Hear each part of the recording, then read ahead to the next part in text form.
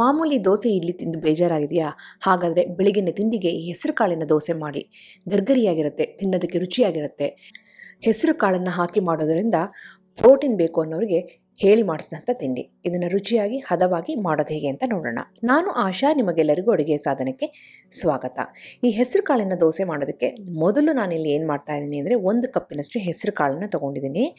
1 ಕಪ್ಪು ಹೆಸರು ಕಾಳಿಗೆ ನಾನಿವತ್ತು 1/4 ಕಪ್ಪಿನಷ್ಟು ದೋಸೆ ಅಕ್ಕಿನ ತೊಗೊಂಡಿದ್ದೀನಿ. ದೋಸೆ ಅಕ್ಕಿ 1/4 ಕಪ್ ಹಾಕ್ತೀನಿ. ಬೇಕು ಅಂದರೆ ನೀವು ಅರ್ಧ ಕಪ್ಪನ್ನು ಹಾಕ್ಬೋದು. ಜಾಸ್ತಿ ಅಕ್ಕಿ ಸೇರಿಸೋದು ಜಾಸ್ತಿ ಗರ್ಗರಿಯಾಗಿ ಬರುತ್ತೆ, ರುಚಿ ಸ್ವಲ್ಪ ಚೇಂಜ್ ಆಗುತ್ತೆ. ಇಲ್ಲಿ 1 ಕಪ್ಪಿನಷ್ಟು ಹೆಸರು ಕಾಳಿಗೆ 1/4 ಕಪ್ಪಿನಷ್ಟು ಅಕ್ಕಿನ ಹಾಕಿ ಚೆನ್ನಾಗಿ ತೊಳೆದುಬಿಟ್ಟು ಇದನ್ನು ನೆನೆಸಿಡಬೇಕು. ಬೆಳಿಗ್ಗೆ ತಿಂಡಿ ಮಾಡ್ತೀನಿ ಅಂದರೆ ರಾತ್ರಿ ಮಲಗೋಕ್ಕಿಂತ ಮುಂಚೆ ಹೆಸರು ಕಾಳು ಅಕ್ಕಿನ ತೊಳೆದ್ಬಿಟ್ಟು ನೆನೆಸಿಟ್ಬಿಟ್ಟು ಮಲಗೋದು ಒಳ್ಳೆಯದು. ಬೆಳಿಗ್ಗೆ ಏಳೋ ಹೊತ್ತಿಗೆ ಚೆನ್ನಾಗಿ ನೆಂದಿರುತ್ತೆ. ಆಮೇಲೆ ಮಿಕ್ಸಿ ಜಾರ್ನಲ್ಲೋ ಗ್ರೈಂಡ್ರಲ್ಲೋ ರುಬ್ಬಿ ಮಾಡೋದಷ್ಟೇ. ಈಗ ರಾತ್ರಿ ನೆನೆಸಿರೋಂಥ ಹೆಸರು ಕಾಳು ಅಕ್ಕಿ ಚೆನ್ನಾಗಿ ನೆಂದಿದೆ. ಬೆಳಿಗ್ಗೆ ಆ ನೀರನ್ನೆಲ್ಲ ತೆಗೆದುಬಿಟ್ಟು ಈಗ ಹೊಸದಾಗಿ ನೀರನ್ನ ಸೇರಿಸಬೇಕಾಗುತ್ತೆ ರುಬ್ಬಬೇಕಾದ್ರೆ. ಅದು ಯಾವಾಗ ನೀರನ್ನ ಹಾಕೋದನ್ನು ತೋರಿಸ್ತೀನಿ. ಮೊದಲು ನಾನೇನು ಮಾಡ್ತಾಯಿದ್ದೀನಿ ಅಂದರೆ ಗ್ರೈಂಡರ್ನಲ್ಲಿ ಹಾಕಿ ರುಬ್ತಾ ಇದ್ದೀನಿ. ಗ್ರೈಂಡರ್ನಾದ್ರೂ ರುಬ್ಬೋದು, ಮಿಕ್ಸಿನಾದ್ರೂ ರುಬ್ಬೋದು. ಗ್ರೈಂಡರ್ನಲ್ಲಿ ಹಾಕಿದರೆ ಸ್ವಲ್ಪ ತೂತುವಾಗಿ ಗರ್ಗರಿಯಾಗಿ ರುಚಿಯಾಗಿ ಬರುತ್ತೆ. ನಿಮ್ಮ ಅನುಕೂಲದಂತೆ ಇದನ್ನ ರುಬ್ಕೋಬೋದು. ಇವಾಗ ಹೆಸರು ಕಾಳು ಅಕ್ಕಿನೆಲ್ಲ ರುಬ್ಬಬೇಕಾದ್ರೆ ಸ್ವಲ್ಪನೇ ನೀರನ್ನ ಹಾಕ್ತಾಯಿದ್ದೀನಿ. ತೀರಾ ತೆಳ್ಳಗೆ ಹಿಟ್ಟನ್ನು ಮಾಡ್ಕೋಬಾರ್ದು. ಹೆಸರು ಕಾಳನ್ನ ರುಬ್ಬೋದ್ರಿಂದ ಇದು ಸ್ವಲ್ಪ ಉಕ್ಕಿ ಬರುತ್ತೆ. ಹಾಗಾಗಿ ನೋಡಿಕೊಂಡು ಸ್ವಲ್ಪನೇ ನೀರನ್ನ ಹಾಕ್ಕೊಳ್ಳಿ. ಈಗ ಸ್ವಲ್ಪ ತರ್ತರಿಯಾಗಿ ರುಬ್ಬಿದೆ ಅಂದಾಗ ಇದಕ್ಕೆ ಒಂದು ಮಸಾಲೆ ಹಾಕೋಬೇಕಾಗುತ್ತೆ. ತುಂಬಾ ಸಿಂಪಲ್ಲು.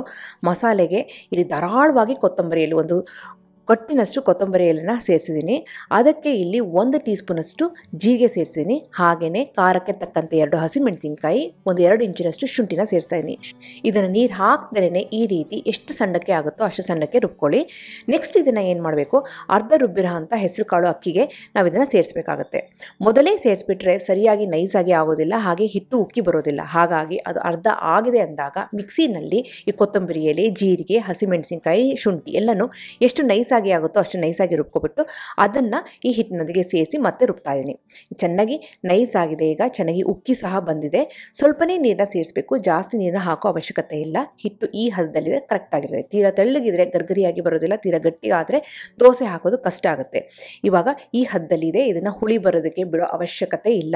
ಹಿಟ್ಟನ್ನು ರುಬ್ಬಿದ ತಕ್ಷಣ ಇದನ್ನು ದೋಸೆ ಹಾಕ್ಕೊಂಡು ತಿನ್ನೋದಷ್ಟೇ. ಹೆಸರು ಕಾಳನ್ನ ನೆನೆಸೋದಷ್ಟೇ ಟೈಮು. ಆಮೇಲೆ ಇದನ್ನ ಮಿಕ್ಸಿನಲ್ಲೋ ಗ್ರೈಂಡರ್ನಲ್ಲೋ ರುಬ್ಬಿಟ್ಟು ದೋಸೆ ಹಾಕೋದಷ್ಟೇ.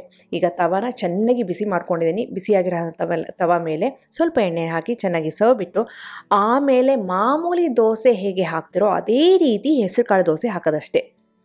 ನಾನಿವತ್ತು ಗ್ರೈಂಡರಲ್ಲಿ ರುಬ್ಬಿರೋದ್ರಿಂದ ತುಂಬಾ ಹಿಟ್ಟು ಉಕ್ಕಿ ಬಂದಿರುತ್ತೆ. ಹಾಗಾಗಿ ದೋಸೆ ಹಾಕಿದಾಗ ಸ್ವಲ್ಪ ಗರ್ಗರಿಯಾಗಿ ಬರುತ್ತೆ, ಹಾಗೆಯೇ ತೂತುವಾಗಿ ಬರುತ್ತೆ. ಅದೇ ಮಿಕ್ಸಿನಲ್ಲಿ ಹಾಕಿದರೆ ಇಷ್ಟು ಲೈಟಾಗಿ ದೋಸೆ ಹಿಟ್ಟು ಬರೋದಿಲ್ಲ, ಹಾಗೆಯೇ ದೋಸೆನೂ ಸಹ ಇಷ್ಟು ತೂತುವಾಗಿ ಬರೋದಿಲ್ಲ. ಅದೊಂದೇ ಡಿಫ್ರೆನ್ಸ್ ಅಷ್ಟೇ. ರುಚಿ ಹೆಚ್ಚು ಕಡಿಮೆ ಸೇಮ್ ಇರುತ್ತೆ. ಇವಾಗ ನೋಡಿ ದೋಸೆನ ಹಾಕಿದ್ದೀನಿ. ಹೆಸರು ಕಾಳಿನ ದೋಸೆ ತೆಳ್ಳಗೆ ಹಾಕಿದ ಮೇಲೆ 1 ಟೀ ಸ್ಪೂನಷ್ಟು ಎಣ್ಣೆನ ಹಾಕಿಬಿಟ್ಟು ಆಮೇಲೆ ಇದನ್ನು ಮುಚ್ಚಿಬಿಟ್ಟು ಮೀಡಿಯಮ್ ಫ್ಲೇಮಲ್ಲಿ ಬೇಯಿಸಬೇಕಾಗುತ್ತೆ.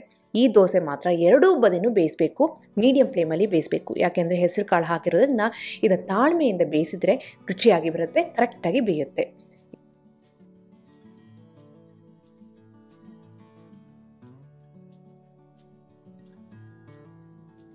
ಈಗ ಮುಚ್ಚಿಬಿಟ್ಟು ಒಂದು ಸೈಡು ಬೆಂದಾದಮೇಲೆ ಮತ್ತೆ ಇದನ್ನು ತಿರುಗಿಸ್ಬಿಟ್ಟು ಇನ್ನೊಂದು ಸೈಡು ಸಹ ಬೇಯಿಸ್ಕೋಬೇಕಾಗುತ್ತೆ. ದೋಸೆ ಹೇಗೆ ಬೇಯಿಸ್ತೀವೋ ಅದೇ ರೀತಿ ಇದನ್ನು ಸಹ ಬೇಯಿಸೋದಷ್ಟೇ. ಆದರೆ ಇದರಲ್ಲಿ ಜಾಸ್ತಿ ಹೆಸರು ಕಾಳಿರುತ್ತೆ, ಹುಳಿ ಬರೆಸೋ ಅವಶ್ಯಕತೆ ಇಲ್ಲ. ಚೆನ್ನಾಗಿ ಮಸಾಲೆ, ಖಾರ, ಶುಂಠಿ ಎಲ್ಲ ಹಾಕಿರೋದ್ರಿಂದ ತುಂಬಾ ಅದ್ಭುತವಾಗಿರುತ್ತೆ. 2 ಬದಿನೂ ಚೆನ್ನಾಗಿ ಬೆಂದಿದೆ ಅಂದಾಗ ಇದನ್ನು ಹಾಗೆ ಮೊಸರು ಜೊತೆ ತಿನ್ಬೋದು.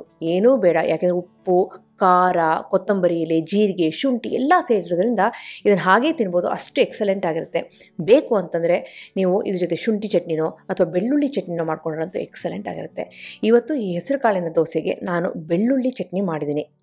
ಬೆಳ್ಳುಳ್ಳಿ ಚಟ್ನಿ, ಶುಂಠಿ ಚಟ್ನಿ A1 ಕಾಂಬಿನೇಷನ್ನು. ಏನೂ ಇಲ್ಲಾಂದರೆ ಮೊಸರು ಜೊತೆನೂ ಸಹ ತಿನ್ಬೋದು. ಮಧ್ಯಾಹ್ನ ಊಟದ ಬಾಕ್ಸಿಗೆ ಇದನ್ನ ಕೊಟ್ಟು ಕಳಿಸ್ಬೋದು. ತುಂಬಾ ಚೆನ್ನಾಗಿರುತ್ತೆ. ಖಂಡಿತವಾಗ್ಲೂ ಇದನ್ನು ಟ್ರೈ ಮಾಡಿಬಿಟ್ಟು ಹೇಗೆ ಬಂತು ಅಂತ ಕಮೆಂಟ್ ಸೆಕ್ಷನ್ ದಯವಿಟ್ಟು ತಿಳಿಸಿ. ಹಾಗೆ ನೀವಿನ್ನು ಅಡುಗೆ ಸಾಧನಕ್ಕೆ ಸಬ್ಸ್ಕ್ರೈಬ್ ಆಗಿಲ್ಲ ಅಂದರೆ ತಡ ಯಾಕೆ, ಈಗಲೇ ಸಬ್ಸ್ಕ್ರೈಬ್ ಆಗಿ ಪಕ್ಕದಲ್ಲಿರುವ ಬೆಲ್ ಬಟನ್ ಕೂಡ ಟಚ್ ಮಾಡಿ. ನಿಮಗೆ ವಿಡಿಯೋ ಇಷ್ಟ ಆಯಿತು ಅಂದರೆ ಲೈಕ್ ಬಟನ್ನ ಕ್ಲಿಕ್ ಮಾಡಿ, ಫ್ರೆಂಡ್ಸ್ ಆ್ಯಂಡ್ ಫ್ಯಾಮಿಲಿ ಜೊತೆ ಶೇರ್ ಮಾಡಿ, ವಾಟ್ಸಪ್ಪಲ್ಲಿ ಶೇರ್ ಮಾಡಿ. ಮತ್ತೊಂದು ಇಂಟ್ರೆಸ್ಟಿಂಗ್ ರೆಸಿಪಿಯೊಂದಿಗೆ ಭೇಟಿ ಆಗ್ತೇನೆ. ಅಲ್ಲಿವರೆಗೆ thank you, bye bye, see you.